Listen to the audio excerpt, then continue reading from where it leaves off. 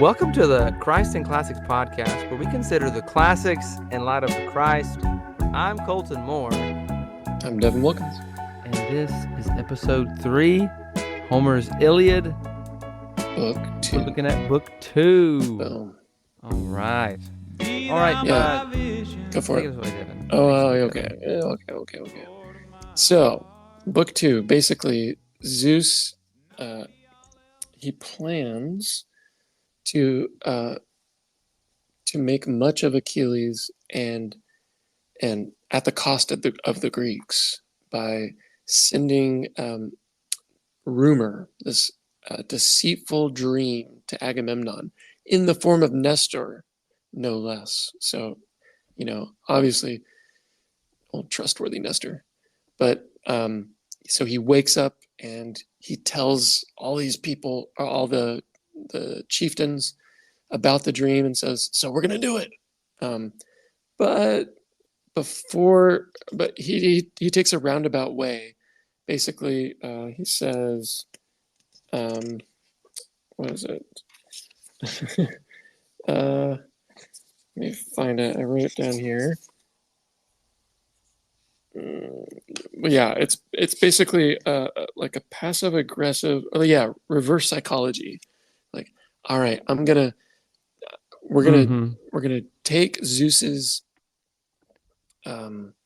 this dream that I had from Zeus to go ahead and pursue victory in Troy, but I'm gonna test the Achaeans by reverse psychology, and we'll see how they do.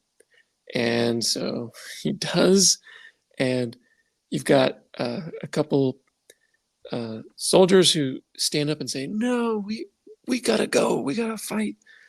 But the people start leaving. Maybe I got that backwards. But people start leaving, going home.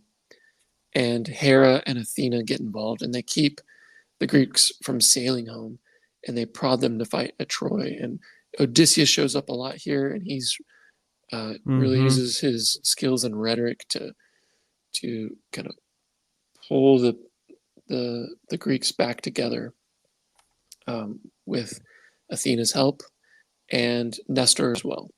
Yeah, it's interesting that Odysseus' epithet is often mastermind like Zeus. And so he kind of leads the charge in this way. I don't think he gets that epithet much in the Odyssey, strangely. But anyway, but yeah, then what follows is a catalog of all like the leaders and their and how many men they have with them. So like the catalog of ships on behalf of the Greeks, and it's a lot. There's a little section in there where it talks about, how the Myrmidons are chilling, playing games, and hanging out on the beach, getting a tan, and then it shifts in the last several lines to a catalog of the Trojans who are about to bust out of the Trojan walls to defend the city. So that's the summary. Yeah, and what do you think about this, Devin? We've got a couple of questions that we'd like to ask. But what if we just start out with like in chronological order here? Okay. Zeus's deceit towards Agamemnon. So Zeus has got this plan to exalt Achilles, because Achilles cried to his mother Thetis because he was upset with Agamemnon for taking his girl. Thetis goes to Zeus, exalt my son, give him glory, kill the Greeks so that he can show Agamemnon a lesson. That's still in Zeus's mind, and this is how he's gonna at least take this first step of carrying out this plan, which is to deceive Agamemnon. Right. What's going on there, Devin? Yeah, I'm looking for my notes on this. I'm always looking for my notes, Colton. It's so interesting. Like, all of this is happening for one man, so it seems, or for one woman, Thetis.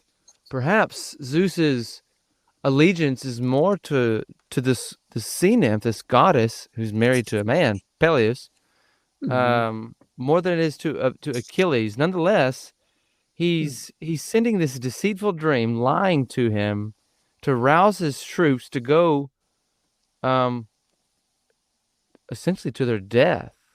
Right. And so our Yeah. question is why Achilles? And my other question is, well, is it really Achilles or is it really Thetis that he's catering to? I'm not super sure. I kind of raised that question at the end of last episode. Yeah. Yeah. And so, well, can I just make a comment here about Zeus is the master of passive aggressive communication or Oh, action. is he from Minnesota? Like Minnesota nice. Minnesota nice. Is he Are, like the origin of that? are we going to offend all of our Minnesota No, listeners? I love Minnesota. I love Minnesota. I love the winters. I love the beautiful those 2 weeks in October where there's all the deciduous trees that are just vibrant and yellow, orange, and red. Mm, In yeah. Texas and Oklahoma, as you know, you just go from green to brown to nothing, and it's like, ugh, where's fall? Yeah. Anyways. Okay, so Zeus sends a deceptive dream to Agamemnon. Agamemnon thinks it's all good and true, but he's deceived. And then Agamemnon seeks to communicate that to the Greeks, but he does it deceptively through a test. And then all of that actually inadvertently, or maybe not, deceives Hera and Athena into thinking that the Greeks are actually given up and leaving. And so they intervene in order to cause the Greeks to reverse course. So, in essence, what Zeus has done is passive aggressively from, provoked Hera and Athena to cause the Greeks to attack very aggressively, attack the Trojans, but it's all to the Trojans' demise. And so you have one god causing several steps removed other gods, to bring Yeah. about what they don't intend. Right? Zeus has the idea here, and he wants it to be like, if he can put it many, many, many steps removed from him, maybe he won't get in trouble with Hera or something like that. I don't know. Right. Like, well, you did what you wanted to do, Hera. That sort of thing. It seems like he's trying to distance himself while accomplishing the glory of Achilles. Right, right, but yet, like these goddesses are accomplishing that which they don't intend, but ultimately they are playing a part in accomplishing what they intend because this is where we learn in where is it lines 4:17, 4:16, Mm. where we get, I think, Nestor speaking. He's reminding his troops like don't be a coward, don't back down, don't leave. I remind you, quote, he says, um, sorry, Zeus, the son of Almighty Kronos, I remind you, bowed his head that day we boarded ship, Mm-hmm. all the Argives laden with blood and death for Troy. So Troy is going, like, Troy's doom is sealed. Zeus has Right. already promised that. It just so Right. happens he's made another promise within this promise to uh, glorify Achilles by killing the Greeks to shame Agamemnon. And so the inference we have to make is if Zeus bowed his head for the Trojans to be destroyed, but he also bowed his head for Achilles to be glorified, we have to make the inference that Achilles is only going to be glorified temporarily. Hmm. What do you mean? Like you have this overarching will of Zeus. Zeus says, "Okay, Greeks, you're going to Mm-hmm. go to Troy and you're going to sack Troy. Troy will burn. Yep. Period. That will happen." Now, Right. within that whole plan is braided, woven this other little plan to grant Achilles glory, um, which is, at least right now, to allow the Trojans to dominate and, or at least so it seems, to kill many of Achilles' friends so that he can get glory over Agamemnon. And I mean, I don't want to spoil the end, but like if we You almost do every time. if you keep reading, then you're going to see how even this temporary glorification serves to the ultimate end goal. I mean, it's typical epic fashion, Devin. Like one of the things I talk about with my students is that modern stories are driven by suspense of the unknown. Oh, what's going to happen? Oh, if this person makes this decision, oh my gosh, this could happen. But if he doesn't, and if he takes a left turn, then this could happen. What's going to happen? But in this poem, you know the end from the beginning, and even the characters do, and that influences the way that they behave throughout the poem. Achilles, for example, book 1. Yep. Thetis says, "Okay, Achilles, you got 2 choices. You either live a long and quiet, peaceful life back in your hometown of it's not Phrygia, Pythia." And nobody ever remembers you ever again after you die. But you live a long and luxurious and peaceful life. Or you go to Troy, you battle, and you live a short life, but people will be praising your name for generations and generations. You'll get glory. And Achilles chooses that. And he knows he's going to die. And that influences everything that he's doing in this poem. Anyway, I'm just saying, like, if I spoil the ending, it's just only in Homer's fashion. It's just typical epic fashion. I'm doing what Homer would do. What he already is doing. Has he done it already? And I mean, no, but like, I mean, the Bible's like that. Like Jesus said, you go to the Old Testament, you go to the law, and it speaks about me. You know the ending from the beginning, right? Very true. Seeds. Okay, I won't spoil the ending. So where were we at before I just derailed us? Well, Troy's going to be burned, and there's this other little will that Zeus has. He's got the big will of destroying Troy, but this other will, this other desire to exalt Achilles. And I'm going to say the inference that we have to make is that it's a temporary glorification of this Greek warrior, Achilles. Yeah, I'm not exactly sure that I am tracking with you. I'm not speaking very clearly. Well, the inference. So, how are you getting to? What do you mean by temporary? Yeah. So right? Because we're still reading the Iliad.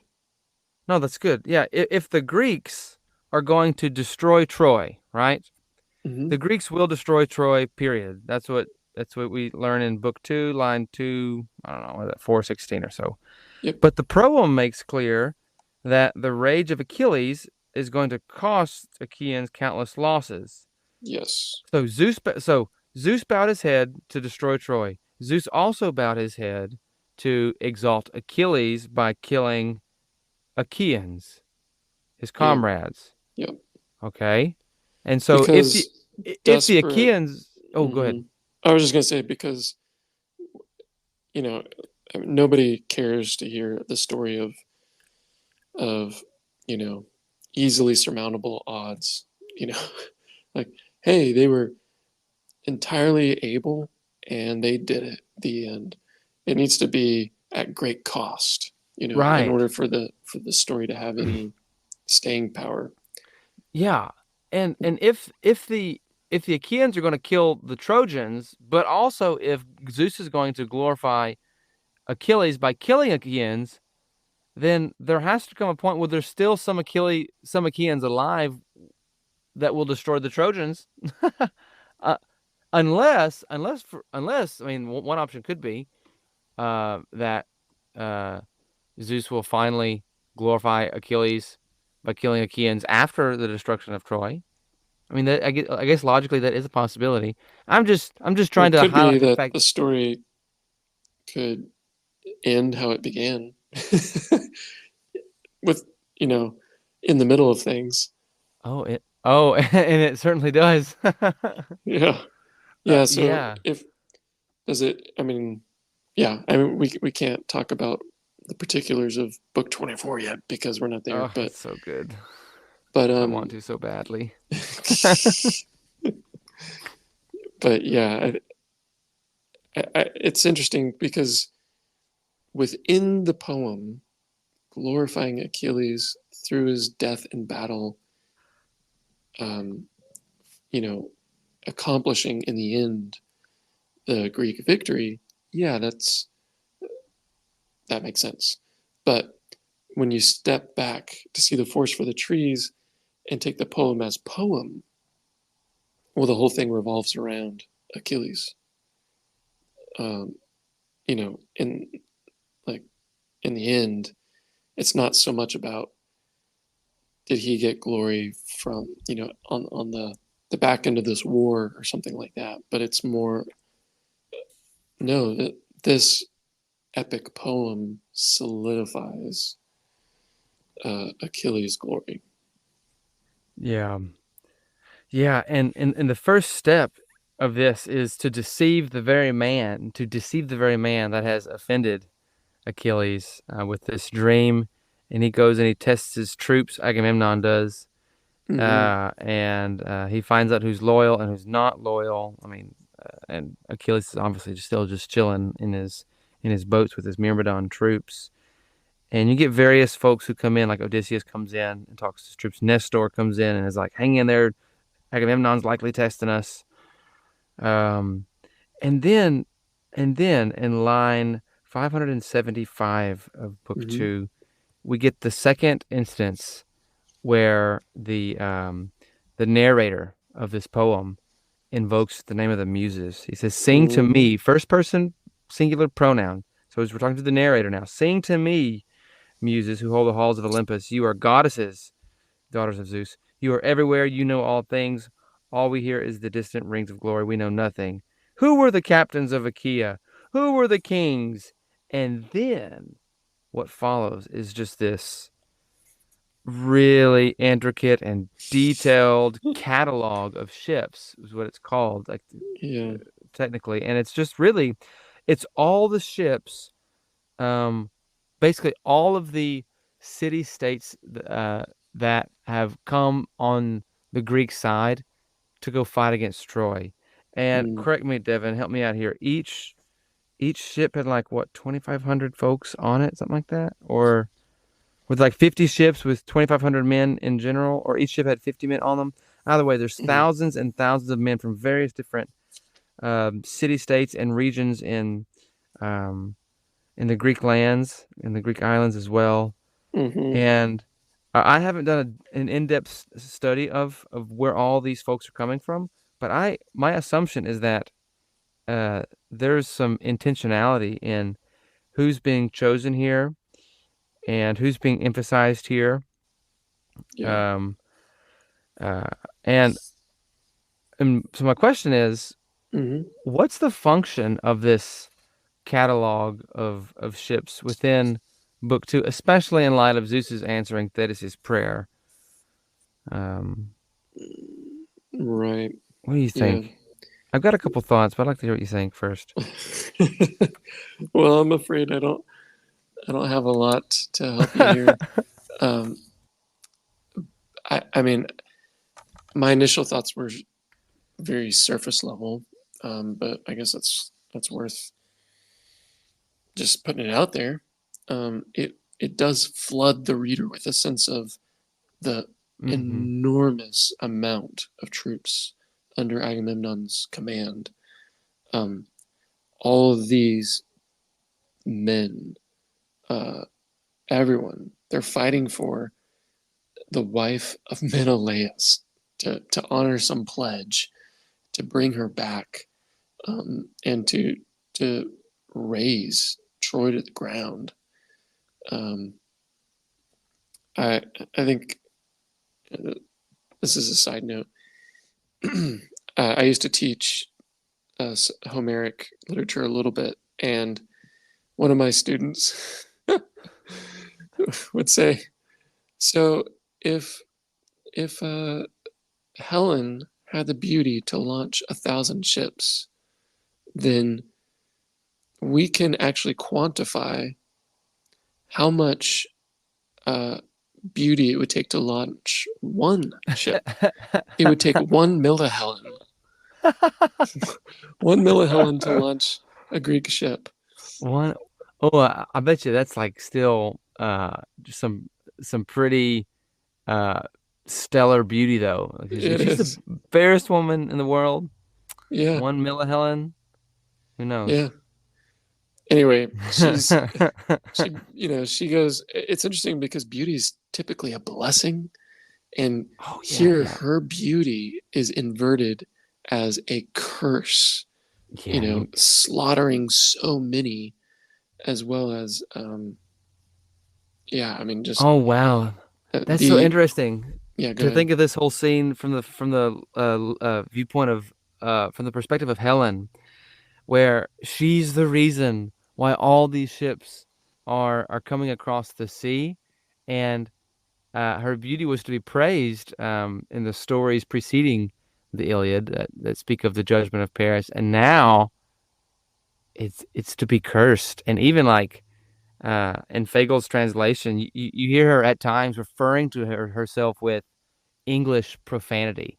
I haven't looked at the original Greek for some of those words, but it's some pretty harsh language for Hmm. herself, and Yeah. she's like lamenting not mainly her beauty, but how she used her beauty to um, commit adultery and leave her husband and children. So it's fascinating, interesting. I've never thought of viewing the catalog of ships in light of Helen. Yeah. Or, one millihelen is all it takes to sink one ship. That's Yeah.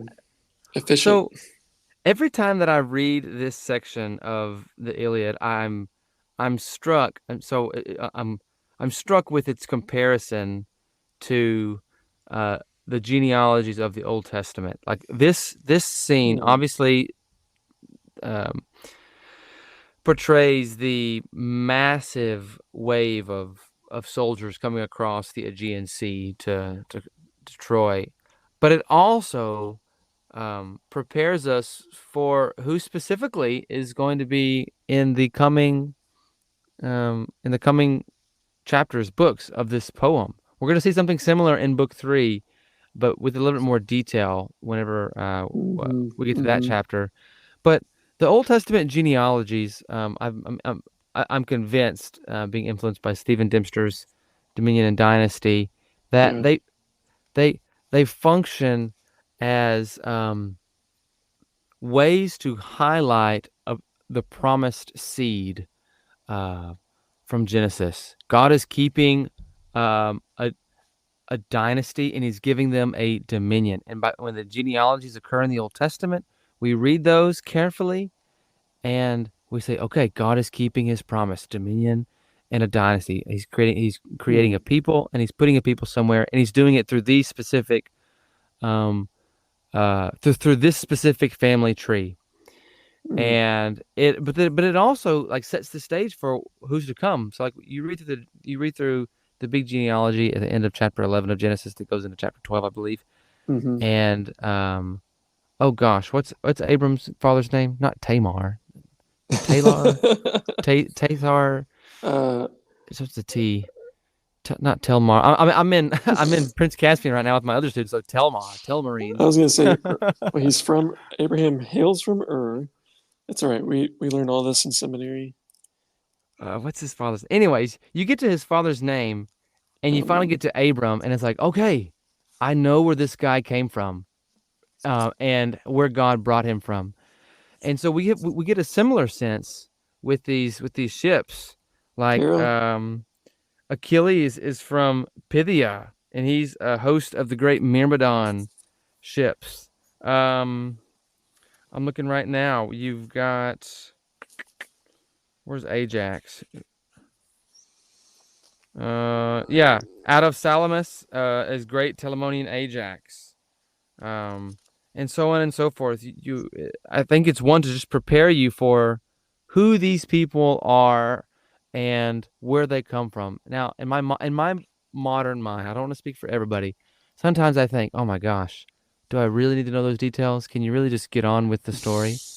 And perhaps that's a character flaw in me, particularly impatience and uh, a Mm, lack of valuing those kinds of historical, geographical details that Homer and the ancients thought necessary. That's my general thought right now. Yeah, yeah. How did your students respond to the catalog? Oh yeah, they moaned and groaned. It's not the easiest section of Homer to read, but I did promise them. I say, hey, if you can get through these 6 pages, you can make it through the rest of the book. Like you, if you can make it through these 6 pages and hang in there and try to understand what's going on, then when Homer goes on a 2 page rant of a simile, where you've got the Hmm. primary subject on 1 page, and then 3 pages later and like 2 pages of a simile. If you can, that's a breeze compared to what you just read right here. Yeah. Um, but I think it is worth the in-depth study at some point. Not on anything like this podcast, but uh, Colton, you were saying earlier that the the catalogs here remind you of the genealogies in Scripture, and the genealogies in Scripture are basically maintaining the line that leads mm, to Christ, and also identifies who the enemies of oh, the good, offspring of the woman is, but especially um, keeping the line from uh, Adam and Eve all the way down to the Christ um, clear. And yeah, yeah. so maybe I missed it, but what function are you seeing the catalog play here in a meta sense? Yeah, I haven't done the work to see if there's any sort of like theme of preservation of a line in within these various nations in the catalogs. So I guess the similarity that I see here is the the tracing of um something more broad than genealogy. In the Old Testament, we trace the genealogy back to see the family tree of a particular character like Abram. In Mm-hmm. this, we can trace various characters back to their homelands, and even with some of the wonderfully rich description Homer gives of these people in their homelands who were often horsemen, shepherded goats, and did all sorts of things in their native lands. Mm-hmm. Um, it so the function I think would just provide more in-depth detail about the general uh, backgrounds of the various city states and um, groupings of people that are in this war on the Greek side. And the Yeah. similarity with that is it's with the Old Testament is a group of people being spoken about in a pretty detailed way to set the stage for uh, a new development in the story, perhaps. Yeah. It's not really the best Yeah. answer, but Yeah. No. And maybe this isn't quite meta enough, probably, but so there's a lot of cataloging of the Greeks, and they outnumber the Trojans significantly. yeah. But the Trojans have the fortress. They've got their Trojan walls that are uh, seemingly impenetrable. But needless to say, the mass of Greeks is significant. Oh yeah. And the book ends, it says in line like 894 or 5, now the Trojans. And it goes on for just, you know, I don't know, like 100 lines maybe to say, uh, here are the Trojans. And there's not nearly as much said there. But interestingly, what comes between all Oh the yeah. Greeks Yep. and the Trojans and their defenses is a stanza or two about Achilles. Being the best, being the the Yes. bravest and the most famous of the Greeks. Yes. So And he's what stands between the Greek onslaught, this like basically there is a tidal wave that's going to demolish Troy, but for this, the best by far of the men is Achilles, but he rages apart. The famed Achilles towered over them all, he and his battle team that bore the peerless son of Peleus into war, but often as beaked Ah, seagoing ships he lay, how raging ironic. away at Atrides Agamemnon, king of armies, while his men sported along the surf, marking time, hurling the discus, building sandcastles, getting tans, Yeah, right? playing Um, soccer. It's just like they're hanging out. right. So I get this picture of there is a tsunami that could easily destroy Troy, but for this guy. And he is just chilling as the buffer between um, the Greeks and Troy. Yeah, and in a way, he's. Uh, it, I wonder if Homer put this here in um, intentionally. Homer, or perhaps even the final bard, poet, musician who finished composing Homer's epic. We can get into Okay. composition theory later, but Uh, I wonder if I wonder if Achilles is put here to kind of demonstrate that he's kind of like the key to all this. Without Achilles, mhm. Greeks, you ain't got nothing. Yeah. But with Achilles, Troy's going down. Troy's going Help down. us, Obi-Wan, Achilles. You're our only hope. Um, yeah. Yeah. No, that's good. So like let's try to let's return to um let's return to The big question. yeah, the first, I guess we asked two pretty big questions. We kind of harped on the last one most of our time, but the first big question was like, what do we make of Zeus's deceit towards Agamemnon? And the second one was, how are we to view this catalog of ships in book two? And what of Christ and what of the gospel in all this? Hmm.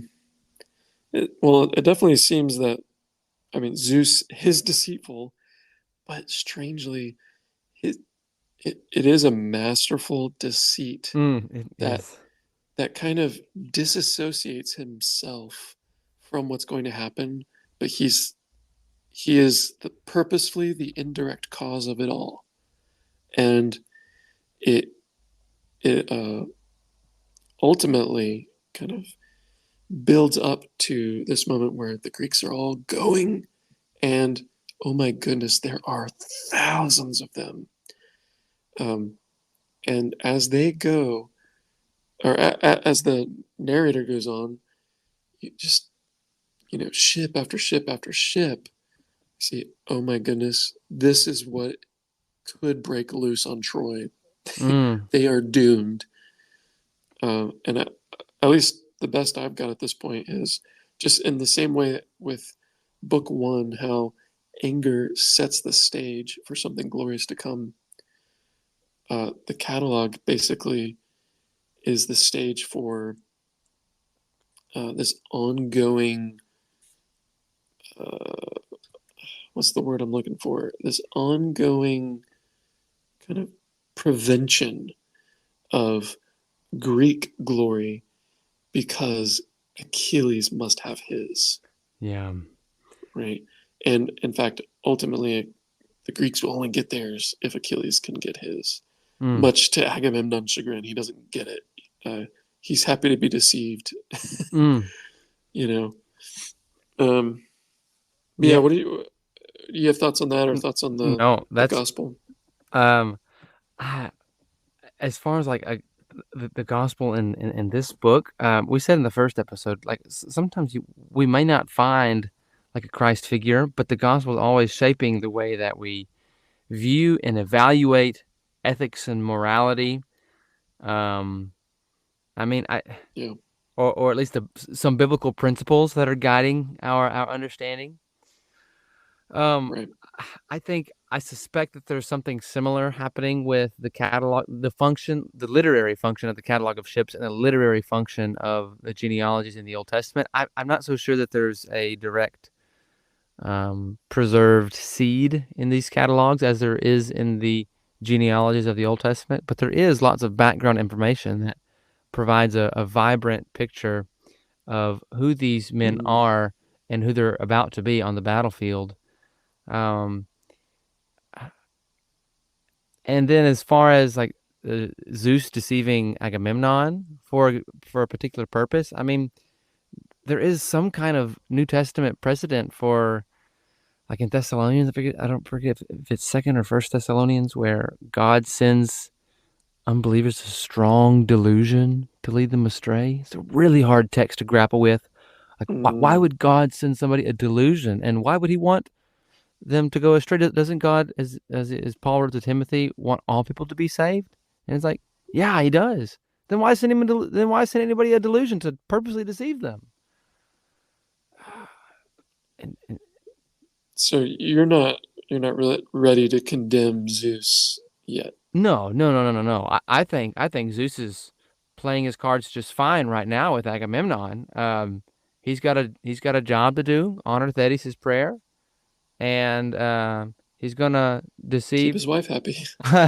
Yeah, you brought up some really fantastic points that he's like duped his daughter and wife into doing something that they don't really want to do, but they think they do. Right. And so it's so interesting, like, because like that's really shrewd of Zeus, and thus it makes sense that Odysseus's epithet often in the Iliad is mastermind like Zeus. And so he's being shrewd, but is he being shrewd while also being as innocent as a dove? Maybe not. Most likely not. He may have threatened to beat his wife in the first book. Right. Oh gosh. But I'm just trying to say that there is some biblical precedent for God sending delusions, or even giving, like more commonly, is giving someone over to their.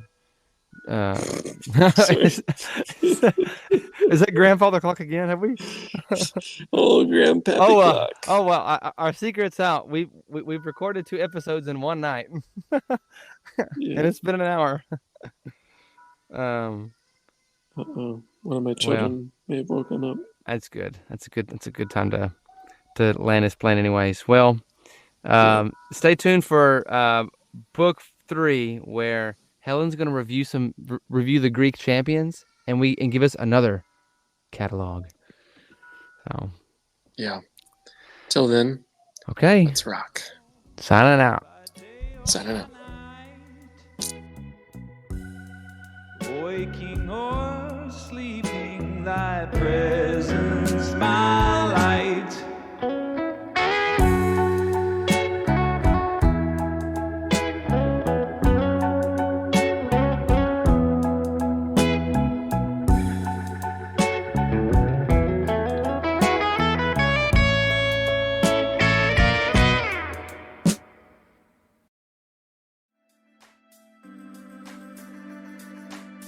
Interested in growing your ancient language skills but not sure where to start?